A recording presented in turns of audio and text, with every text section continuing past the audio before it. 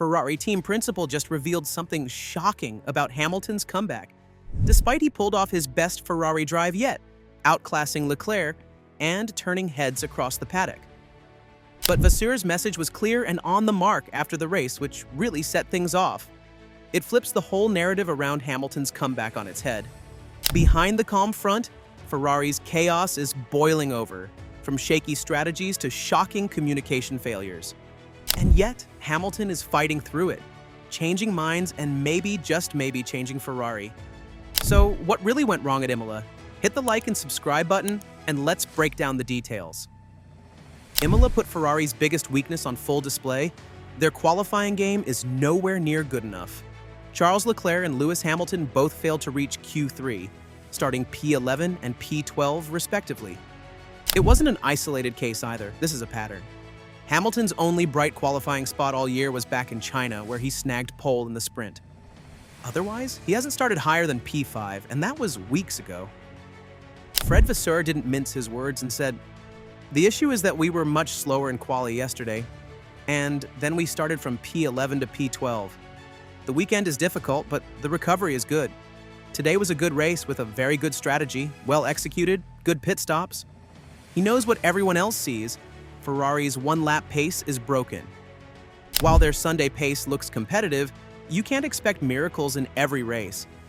Imola allowed for some overtaking, but Monaco is next, and that track doesn't forgive bad grid positions. Overtaking there is as rare as a Ferrari strategy masterclass.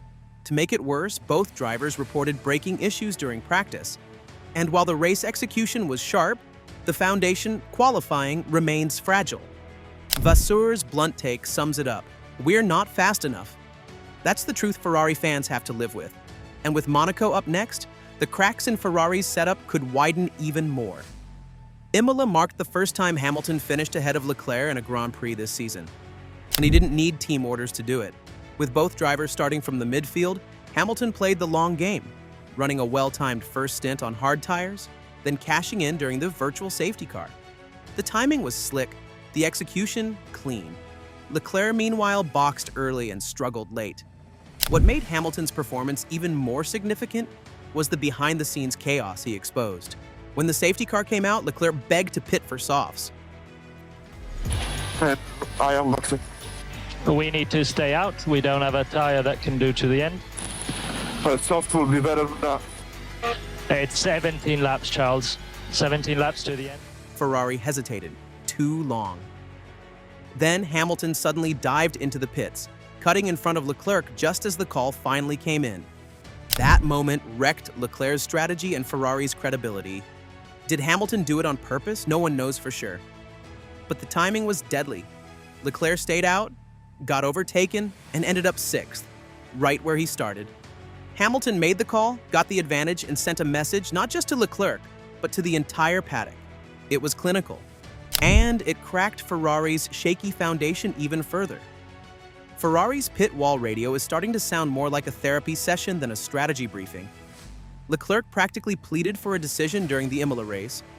"Tell me which are the best. These are..." These hards Tell are... me which one. Tell me which ones are the best. These ones are. His engineer finally told him to pit, but too late. So yes. We're not going... And box, Charles, box. Open up. Let me know flat for soft. Wait. Hamilton had already committed. The window closed, and once again, Ferrari were left reacting instead of controlling. Vasseur has had enough of the media spin.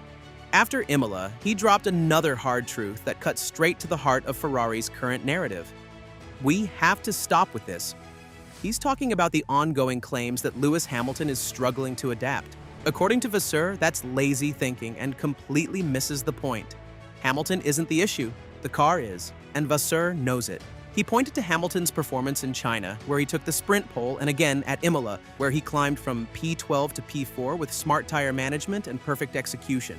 Vasseur said, "Step by step, we will be there." That's not frustration, that's calculated belief. But he also made something crystal clear. Ferrari's problems are structural. It's not luck when you have the same problem in Jeddah, Miami, and Imola. It means we have to do a better job.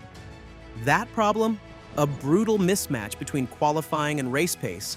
Vasseur's backing Hamilton publicly because behind the scenes, it's obvious he sees the 7-time world champion as the key to Ferrari's rebuild.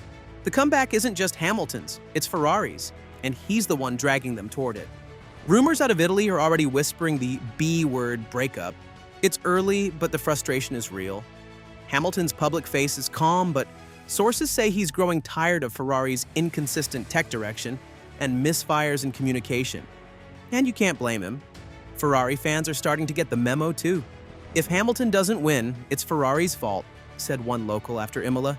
The sentiment's catching on. People are realizing it's not about driver adaptation anymore. It's the machinery. The SF25 just isn't good enough. Still, it's too soon to call this a collapse. Hamilton's first year at Mercedes was rocky too, and we all know what followed. But Ferrari is not Mercedes. The pressure is cultural, emotional, and constant. Every decision is politicized. Every misstep is dissected. Vasseur is playing it cool. We just have to do a better job. But that's starting to sound like a broken record. Hamilton didn't come to Ferrari to finish fourth. If the team can't rise, the friction will only grow. Ferrari heads into Monaco staring down their worst-case scenario. A car that hates slow corners, a circuit that demands qualifying perfection, and a new tire rule requiring at least 2 different slick compounds during the race. That should create chaos. But chaos has rarely helped Ferrari. Hamilton hasn't won in Monaco since 2019. And with Ferrari's Saturday woes still unsolved, that streak might continue. But beyond Monaco, hope lives in 2026. The big regulation reset, new engine formulas, new chassis rules, a new chance to build a car from scratch around Hamilton's driving style. Short-term updates to the SF25 are coming. Engineers are chasing aero efficiency and tire life improvements. But let's be real, the car is what it is. The midfield is too close. Red Bull and McLaren are too strong. Still, the talent in the garage is elite. Hamilton and Leclerc are arguably the best drivers pairing on the grid. If Ferrari can get the car right, the ceiling is still sky high. At the end of the video, here's a sum of Ferrari's situation before the next race. Vasseur says Hamilton isn't the problem, the car is. Leclerc's frustration is peaking. Ferrari's strategy is spiraling, and yet Hamilton is the one dragging results out of a difficult package. He's now beating Leclerc on race day, speaking the language, and slowly winning over Maranello. But the SF25 can't deliver on Saturdays, and that's Ferrari's Achilles heel, especially with Monaco up next. 2026 might be the real target, but the heat is on now. Is Ferrari wasting one of the strongest driver pairings on the grid?